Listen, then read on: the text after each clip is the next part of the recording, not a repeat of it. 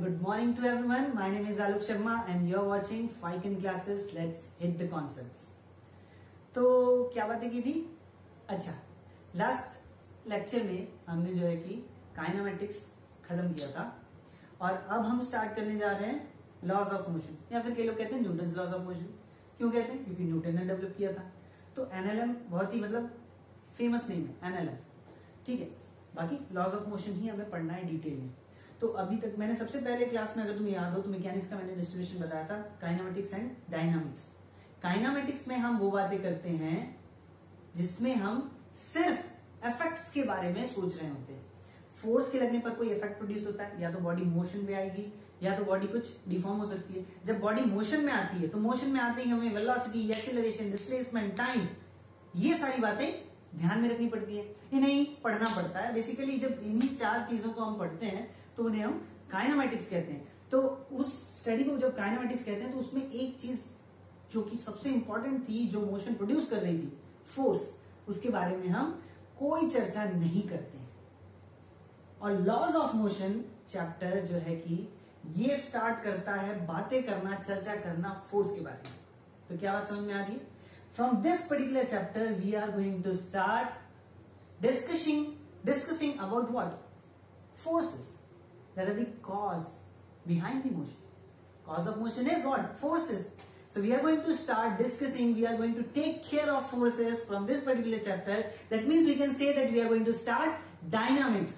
हम लोग क्या स्टार्ट करने जा रहे हैं? डायनामिक्स स्टार्ट करने जा रहे हैं। और डायनामिक्स की स्टडी में हम दोनों ही चीजों का ख्याल रखते हैं, cause of motion and motion, both, ठीक है। तो सिर्फ मोशन में ख्याल रखते थे तो हम उसे काइनेमेटिक्स कहते थे। वो हमने बहुत पढ़ा है, बहुत पढ़ा है, नहीं पढ़ा है, टोटल 17 लेक्चर्स में पढ़ा है यार। कितना पढ़ोगे? और बहुत ज्यादा भी नहीं पढ़ना है ठीक है। और जो जरूरी होगा मैं देखूंगा और भी बताऊंगा, और भी जगह है यार। किताबें पढ़ो, किताबें पढ़ना बहुत जरूरी है, ठीक है।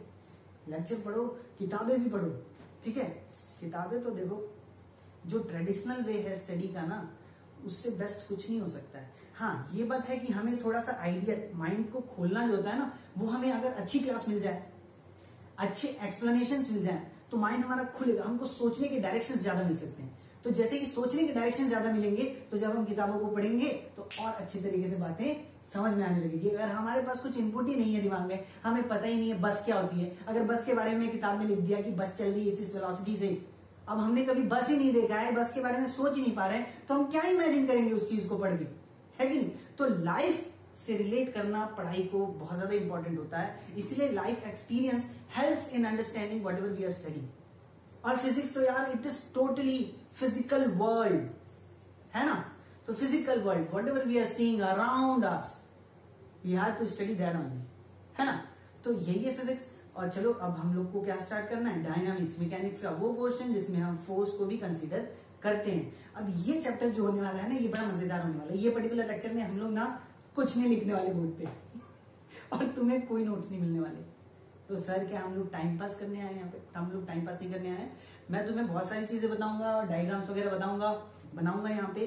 चीजें एकदम फन वे में समझेंगे। पहले तो स्टार्टिंग है, समझेंगे कि आखिरकार हमें पढ़ना क्या है, फोर्स क्या होता है, इनर्शिया क्या होता है, लॉज ऑफ मोशन मतलब क्या क्या है, असल में क्यों पढ़ रहे हैं उसके बारे में। ये सारी बातें थोड़ी सी चर्चा करेंगे। और जो नोट्स बनाना है ना, वो तो मैं तुम्हें दे दूंगा। एट दी एंड हम लोग क्या करेंगे, 2-3 स्लाइड में रख दूंगा, उसमें सारी चीज लिख दूंगा, तुम नोट्स बना लेना। क्योंकि थ्योरी पार्ट है ना यार, कोई डेरिवेशन वगैरह होता तो फिर मैं तुम्हें करवा देता पूरा बकायदा। लेकिन अभी डेरिवेशन की जरूरत नहीं है, तो जो है कि तुम्हें मैं नोट्स दे दूंगा, ठीक है। चलो तो फिर स्टार्ट करते हैं। मेन मुद्दे की बात क्या है यहाँ पे? सबसे इंपॉर्टेंट बात है फोर्स।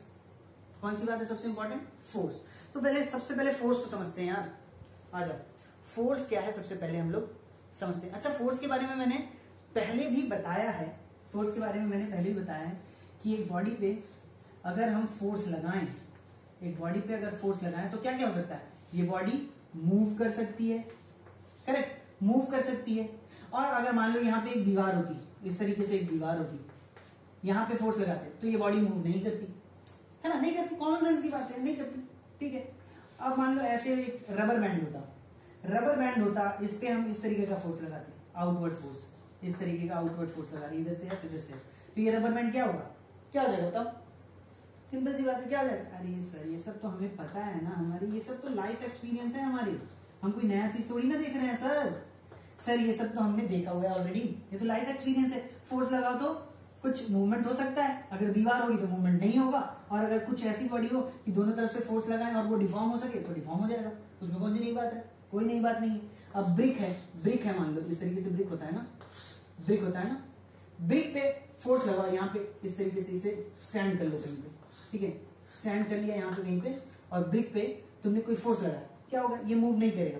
लेकिन वही कराटे वाला आदमी आके इसे मार दे, ताइक्वांडो कराटे ये सब जो करते हैं ना लड़के, और वो क्या करते हैं, फिर इसे मारते हैं, इस तरीके से मार दिया तो ये क्या हो सकता है, ये क्रैक हो सकता है, डिफॉर्मेशन आ सकता है।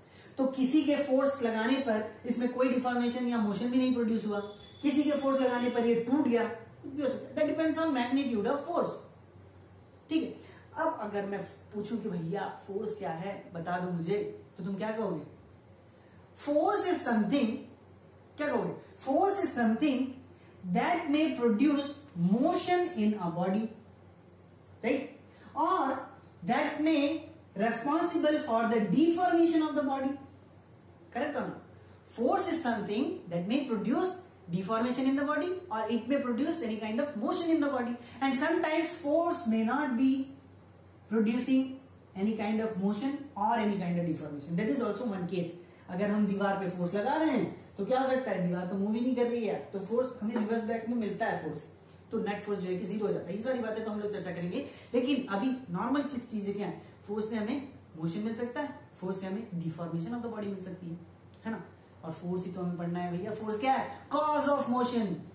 काइनेमेटिक्स में तो टोटल मोशन पढ़ रहे थे, है ना, कॉज ऑफ मोशन है, तो कॉज ऑफ मोशन को पढ़ना बहुत जरूरी, भैया जिस वजह से मोशन आया है उसे तो पढ़ लो, है ना, तो डायनामिक्स बहुत इंपॉर्टेंट है। इसलिए यहां से लॉज ऑफ मोशन में ना अब हम मास के बारे में डिस्कस करने लगेंगे, बॉडी की मास क्या होती है, क्योंकि तुमने ये वाला फॉर्मूला देखा होगा, हम डिराइव करेंगे इसे, बाकी तुम्हें एक बार थोड़ा सा फील दिलाने के लिए मैं बता दूं, force is equal to mass into acceleration. अभी तक हम सिर्फ एक्सीलरेशन की बात करते थे, और ना मास के बारे में हमने कभी चर्चा ही नहीं की, बॉडी मास, भैया हमने पूरा सर्कुलर मोशन पढ़ लिया, क्या हमने पार्टिकल के मास के बारे में कुछ बात किया पिछले लेक्चर में, कोई बात की, प्रोजेक्टाइल मोशन पढ़ लिया, क्या हमने इस प्रोजेक्टाइल के मास के बारे में कोई बात की, टोटल डायनामिक्स खत्म कर दिया, प्रोजेक्टाइल का मास के बारे में हमने डिस्कस ही नहीं किया। क्यों नहीं किया, क्योंकि जैसे ही मास आता है फोर्स आ जाता है, क्या होता है, जैसे ही मास आता है फोर्स आ जाता है भैया, एक्सीलरेशन, ये टोटल काइनेमेटिक्स था।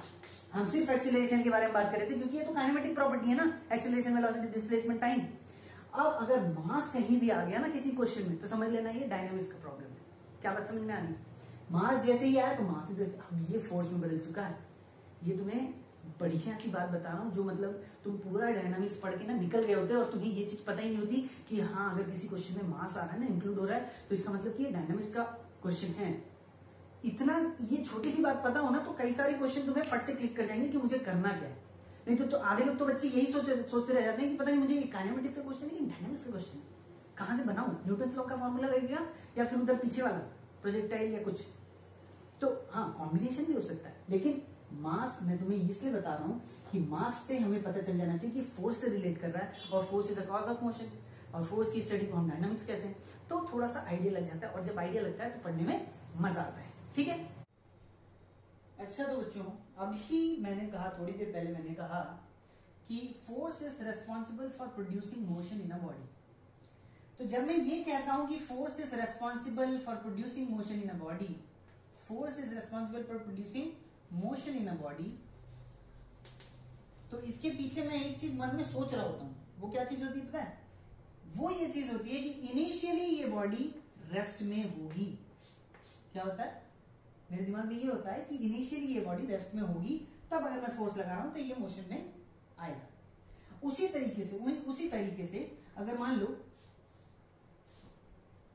ये एक बॉडी है या कार है, कुछ भी मान लो, ये अगर किसी वेलोसिटी से मूव करता हुआ आ रहा है, किसी वेलोसिटी से मूव करता हुआ इस तरफ आ रहा है, अगर मैं यहाँ पे कोई सा बड़ा सा ब्लॉक रख दूं, बहुत ही हैवी सा ब्लॉक रख दूं और उसे यहाँ पे जमीन से फिक्स कर दूं, ठीक है, तो क्या होगा, ये बॉडी आएगी और यहाँ पे टकराने के बाद यहाँ पर ये बॉडी आके रेस्ट पे आ जाएगी, करेक्ट हो ना। हाँ हो सकता है टकरा के थोड़ी बहुत कुछ चली जाए, इलास्टिसिटी हमने मान लिया कि प्लास्टिक कोलिजन का, अच्छा प्लास्टिक कोलिजन, ये तो नहीं बात आ गई। मान लो कि ये आगे चिपक गया इससे, ठीक है, चिपक गया, इतना तो समझ सकते हो। प्लास्टिक कोलिजन, इलास्टिक कोलिजन वो भी अपन पढ़ेंगे, बढ़िया मजा आएगा वो पढ़ते हुए, ठीक है। मान लो ये आकर चिपक गया, अब ये आगे क्यों नहीं बढ़ पा रहा है, क्योंकि ये फिक्स है, बड़ा वाला तो भैया फिक्स है ना, और ये बड़ा भी तो है इससे, तो ये क्या हो गया, ये वाली बॉडी जो पहले मोशन में थी, ये रेस्ट पे आ गई। क्यों? क्योंकि इस बड़े वाले ने एक फोर्स यहां पर लगाया होगा इस बॉडी पे, है कि नहीं। तो देखो मैं ये सब क्यों बता रहा हूं, अब देखो एक बात ये हुई कि अगर बॉडी रेस्ट में था तो फोर्स लगाया तो क्या मिला हमें, मोशन मिल गया, है ना। बॉडी रेस्ट पे थी, फोर्स लगाया तो मोशन मिला। ये पॉसिबिलिटी हो सकती है कि force produces motion if the body is initially at rest.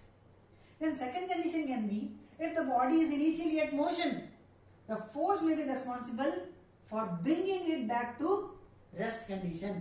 क्या बात समझ में आती है कि फोर्स किसी बॉडी में मोशन तो पैदा कर ही सकता है अगर वो रेस्ट में है तो, ऑब्वियसली, और साथ ही साथ फोर्स किसी बॉडी को बैक टू रेस्ट पोजीशन भी ला सकता है अगर वो मोशन में हो तो।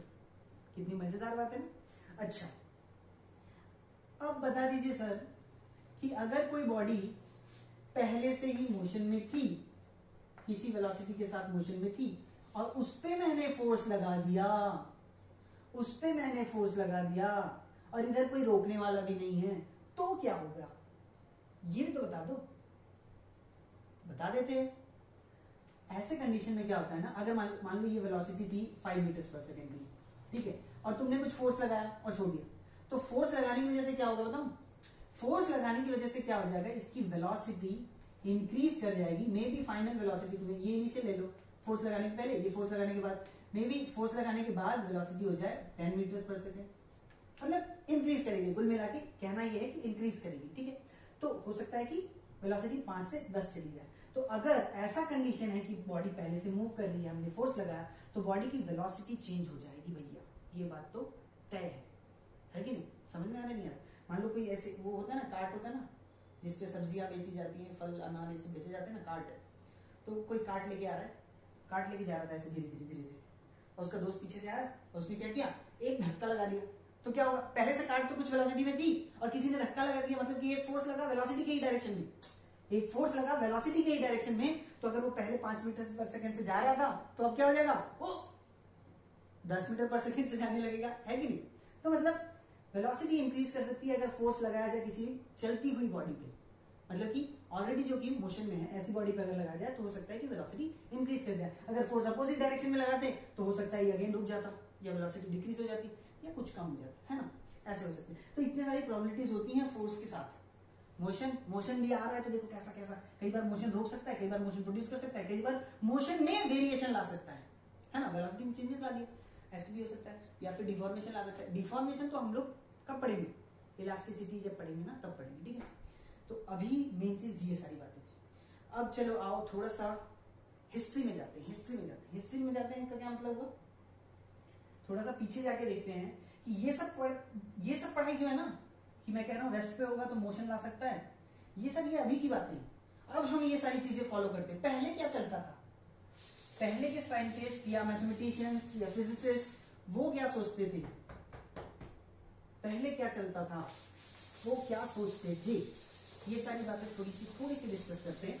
ज्यादा नहीं, जरा सा डिस्कस करेंगे, क्योंकि पहले की बातें हमें बस जानना है कि देखो धीरे धीरे साइंस का ना मतलब इंप्रूवमेंट धीरे धीरे हुआ। ऐसा नहीं कि एक बार में मतलब सीधे पूरे तीनों लॉज आ गए न्यूटन के, फटक से एकदम फट से आ गया और पूरी दुनिया को पता चल गया। न्यूटन ने कितनी बार पता नहीं कितने एक्सपेरिमेंट किए होंगे, और उसके बाद एक्सपेरिमेंट करने के बाद दुनिया के बाकी बचे कुछ साइंटिस्ट लोगों को सबको भरोसा दिलाया हुआ कि हाँ मेरे एक्सपेरिमेंट्स एकदम फुल प्रूफ हैं, उनका रिजल्ट एकदम फुल प्रूफ है। तो बहुत लंबा समय लगता है साइंस के इवोल्यूशन में लंबा समय लगता है। तो ऐसा नहीं था कि एक ही बार में पूरी फिजिक्स बन के आ गई, धीरे धीरे थोड़ा इंप्रूवमेंट हुआ। किसी साइंटिस्ट ने कुछ बताया, किसी साइंटिस्ट ने कुछ बताया, है ना। तो ऐसे चलता रहता है। तो बहुत समय पहले, कब, 2500 साल पहले, कितने पहले, 2500 साल पहले एक होते थे साइंटिस्ट एरिस्टोटल तो अंग्रेजी की किताबों में लिखा था, हिंदी की किताबों में तुम देखोगे ना तो नाम भी बदल देते हैं। वो लिखते हैं अरस्तु। अब ये छोटा की मात्रा होगा बड़ा होगा वो तुम देख लेना, ठीक है। तो अरस्तु एक साइंटिस्ट हुए थे, एरिस्टोटल एक साइंटिस्ट हुए थे। उन्होंने क्या कहा था कि अगर एक बॉडी है तो इसमें अगर ये रेस्ट कंडीशन में अगर इसे मोशन में लाना है, या अगर ये मोशन में है, अगर इसे मोशन में लाना है या ऑलरेडी अगर ये मोशन में है, तो पक्का इस पे कोई ना कोई फोर्स लग रहा होगा। बात को एकदम ध्यान से सुनना। एरिस्टोटल ने कहा कि अगर कोई बॉडी मोशन में है, अगर वो ऑलरेडी मोशन में है, तो पक्का कोई ना कोई फोर्स उस पे एक्ट कर रहा होगा। ऐसा इनका कहना था। क्या कहना था? एरिस्टोटल का कहना हुआ कि अगर कोई बॉडी मोशन में है तो पक्का कोई ना कोई उस पे फोर्स पक्का जरूर से एक्ट कर रहा होगा। लेकिन फिर क्या हुआ ना, बहुत समय बाद आए हमारे कौन न्यूटन बाबा आए। न्यूटन बाबा के सामने हमने हाथ क्यों जोड़ा? क्योंकि वो फिजिक्स के हमारे फादर फिजिक्स माने जाते हैं न्यूटन बाबा, है ना। इसे मिटा दूं क्या? अच्छा रहने देते, थोड़ा नीचे बना देता हूं। देखो फिर आए हमारे न्यूटन बाबा आ गए। तो न्यूटन बाबा ने क्या बताया? ओ कट गया क्या? देखो समझ लें, न्यूटन बाबा ने एक एक्सपेरिमेंट किया, इस तरीके का कोई एक्सपेरिमेंट किया। एक सेटअप तैयार किया उन्होंने, अच्छा खासा लंबा चौड़ा सेटअप तैयार किया, ठीक है। और यहां से एक बॉल चलाई, ठीक है। और बिल्कुल ये सरफेस को ना एकदम कैसा रखा इन्होंने, फ्रिक्शनलेस का मतलब क्या समझते हो? फ्रिक्शनलेस मतलब कोई भी किसी प्रकार का फ्रिक्शन इसमें नहीं है। नॉर्मली देखो जैसे सड़क है, सड़क में बहुत ज्यादा फ्रिक्शन होता है, फ्रिक्शन की जरूरत भी है, अदरवाइज स्किड कर जाएगी गाड़ी, है ना।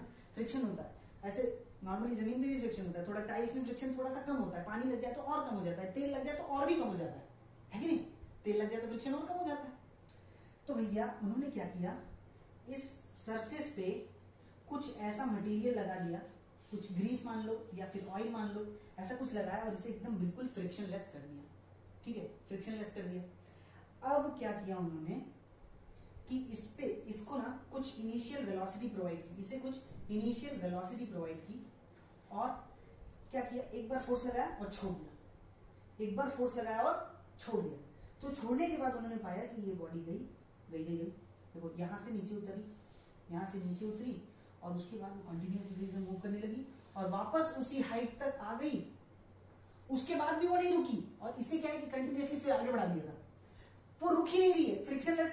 अरे भैया वो रुकी ही नहीं, इसे काफी लंबा दूर तक लगा दिया, थोड़ा सा एक फोर्स दिया था इनिशियली, और नीचे कोई फ्रिक्शन नहीं है, एकदम फ्रिक्शनलेस बॉडी है। एक थोड़ा सा फोर्स दिया, छोड़ दिया। उसके बाद हमने क्या किया, हमने कोई फोर्स नहीं दिया, थोड़ा सा यहाँ पे ग्रेविटेशनल फोर्स आएगा, लेकिन वो ग्रेविटेशनल फोर्स यहाँ कैंसिल आउट होने वाला है।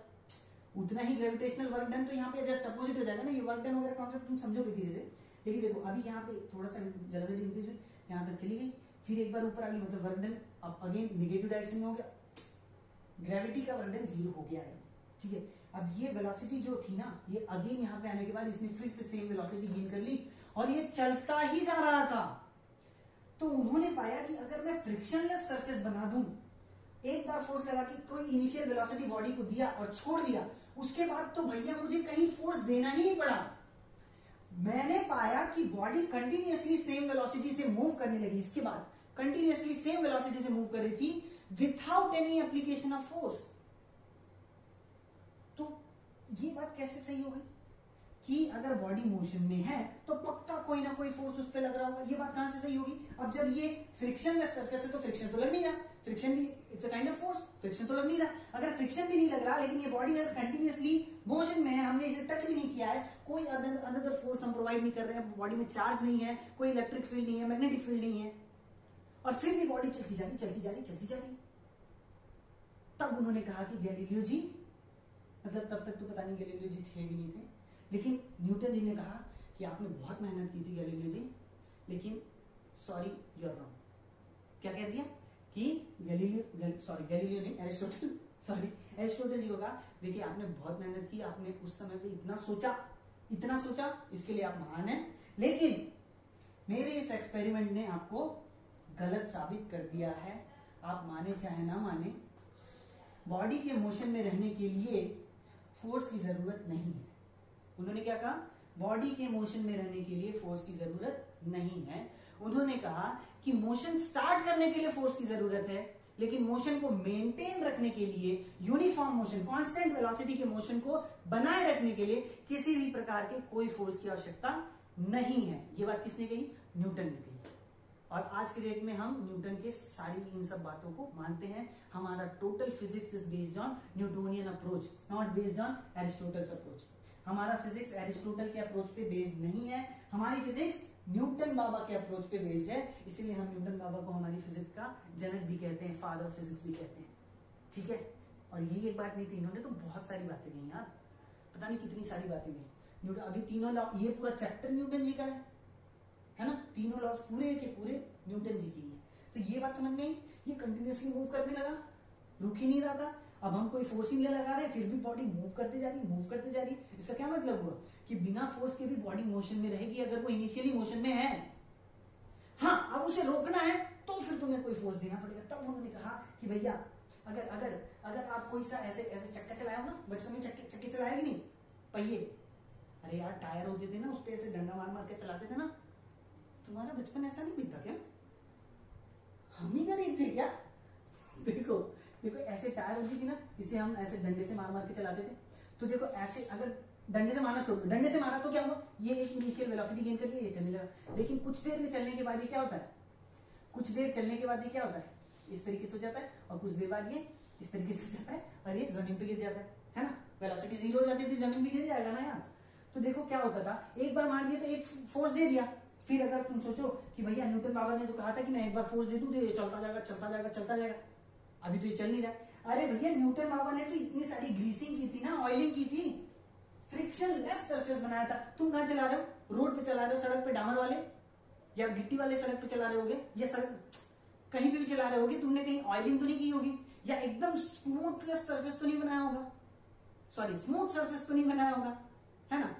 तो तुम्हारा सरफेस जो है ना फ्रिक्शन रखता है। अगर फ्रिक्शन रखता है तुम्हारा सरफेस, तो इस पॉइंट पे एक फोर्स अपोजिट डायरेक्शन, मोशन के अपोजिट, अब ये इसका, अब तुम रोलिंग मोशन से इससे तुम रोलिंग मोशन से कनेक्ट करोगे, मैं तुम्हें ये वाले डायग्राम से बताऊंगा। एक ब्लॉक है, इसे डंडे से मारा जा रहा है और ब्लॉक आगे जा रहा है, तो फ्रिक्शन पीछे की तरफ लगेगा, है ना। एक बार तुमने डंडा मार दिया तो ये ब्लॉक चलता ही जाएगा चलता ही जाएगा, ऐसा नहीं है। ये रुकता है, क्यों रुकता है? क्योंकि फ्रिक्शन होता है यार, क्योंकि फ्रिक्शन होता है इसलिए रुकता है। अभी फोर्स लग रहा है ना, और फोर्स तो हमने पढ़ा था, अभी थोड़ी देर पहले पढ़ा था कि फोर्स मोशन को स्टॉप कर सकता है। अगर ऑलरेडी मोशन में है और फोर्स अपोजिट डायरेक्शन में लग रहा है तो फोर्स मोशन को स्टॉप कर सकता है। फोर्स मोशन स्टार्ट कर सकता है, फोर्स मोशन को स्टॉप भी कर सकता है ना। तो न्यूटन बाबा गलत नहीं है यहाँ पे, बिल्कुल सही है।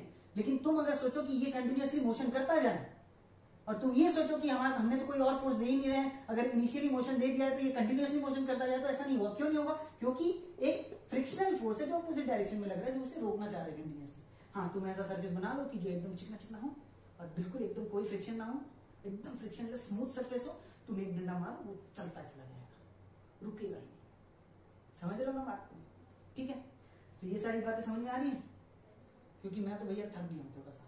ठीक है, तो मैं वीडियो स्टॉप करता हूँ, फिर नेक्स्ट बातें करते हैं। ओके, तो देखो एरिस्टोटल के अप्रोच के बारे में अगर हम लिखना चाहें, एरिस्टोटल्स अप्रोच एक 2500 साल पहले, 2500 साल पहले लगभग उन्होंने कहा कि फोर्स कॉजेस मोशन। उन्होंने क्या कहा? Force causes motion. ये बात किसने कही थी? एरिस्टोटल ने कहा। और इनके बाद एक और साइंटिस्ट हुए थे, गैलीलियो। इन्होंने कह दिया था, इन्होंने बहुत पहले ही कह दिया था कि no force is needed, no force is needed to maintain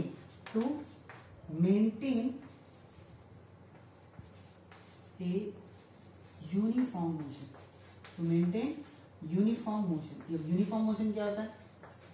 uniform motion क्या होता है? यूनिफॉर्म मोशन भूल गए क्या यार? यूनिफॉर्म मोशन मतलब कि when velocity is constant, when velocity is constant is not changing with time, इसका मतलब ये हुआ कि एक्सीलरेशन जीरो है। वेलोसिटी का कांस्टेंट का होने का मतलब क्या हो गया, एक्सीलरेशन इज जीरो। तो ऐसे मोशन को हम यूनिफॉर्म मोशन कहते हैं। गैलीलियो ने कहा कि कोई फोर्स की जरूरत नहीं है, अगर बॉडी यूनिफॉर्म मोशन में है तो उसे मेंटेन करने के लिए किसी फोर्स की जरूरत नहीं।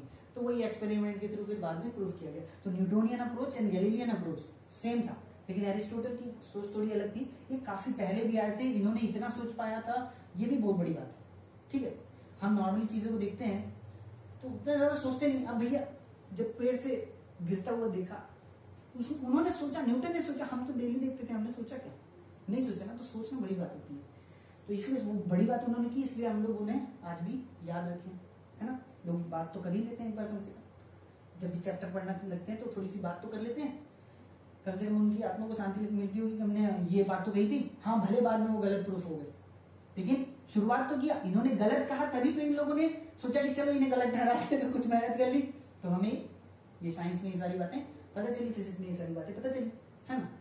तो ये सारी बातें थी about Aristotle's approach towards force, about Galileans approach towards force, about Newtonians approach towards force. तो Galilean and Newtonian approaches same thing. Newtonian ने थोड़ा सा फ्रिक्शन का कॉन्सेप्ट भी बताया था कि फ्रिक्शन अपोजिट में एक्ट करता है, इसलिए चीजें रुक जाती हैं, ये बातें उन्होंने बताई थी। ठीक है, अच्छा तो आज का लेक्चर यहीं पे खत्म करते हैं। क्या है कि बहुत ज्यादा हो गया, मेरे को लग रहा है, मुझे लग रहा है कि बहुत ज्यादा हो गया। मतलब ये चीज थोड़ी सी एंटरटेनमेंट वाली चैप्टर, मतलब तुम ये मान लो कि ये जस्ट फॉर एन एंटरटेनमेंट था, लेकिन ये सारी बातें जब पता होती है ना तो पढ़ने में बड़ा मजा आता है। इसलिए मैं थोड़ा सा तुम्हारा टाइम ले रहा हूँ, ये चीज पढ़ो, मजा आ रहा है तो तुम बताओ मुझे कि अगर ऐसी चीजें बातें, छोटी छोटी पुरानी वाली हिस्ट्री वाली बातें कि क्या थी, कैसे चीजें साइंस में आई, तो ये सारी बातें मैं बताया करूंगा, मजा आएगा पढ़ने में, है ना। तो अब हम इसके बाद न्यूटन्स लॉ, अभी तक तो हमने न्यूटन का लॉ स्टार्ट ही नहीं किया। न्यूटन के 3 लॉज हैं, तो मैं फटाफट बता दूं न्यूटन के 3 लॉ क्या थे। पहला लॉ था लॉ ऑफ इनर्शिया, जिसे कहते हैं कि एक बॉडी अगर मोशन में है तो वो मोशन में बनी रहेगी, अगर वो रेस्ट में है तो रेस्ट में बनी रहेगी, जब तक कि कोई एक्सटर्नल फोर्स बॉडी पे एक्ट नहीं करता। इसको हम लोग डिटेल में पढ़ेंगे नेक्स्ट चैप्टर में। इसके अलावा सेकंड लॉ क्या है, force is equals to mass into acceleration, और rate change of this and that, वो सारी चीजें हम लोग डिटेल में पढ़ेंगे। Third law action reaction pair, ठीक है। तो नेक्स्ट लेक्चर में होपफुली हम लोग न्यूटन के फर्स्ट लॉ को डिटेल में डिस्कस करेंगे। अबाउट इनर्शिया डिटेल में डिस्कस करेंगे। इनर्शिया सिर्फ एक चीज एक लाइन में डिफाइन नहीं होती, इनर्शिया के टाइप्स होते हैं, वो टाइप्स को भी समझना बहुत ज्यादा जरूरी है।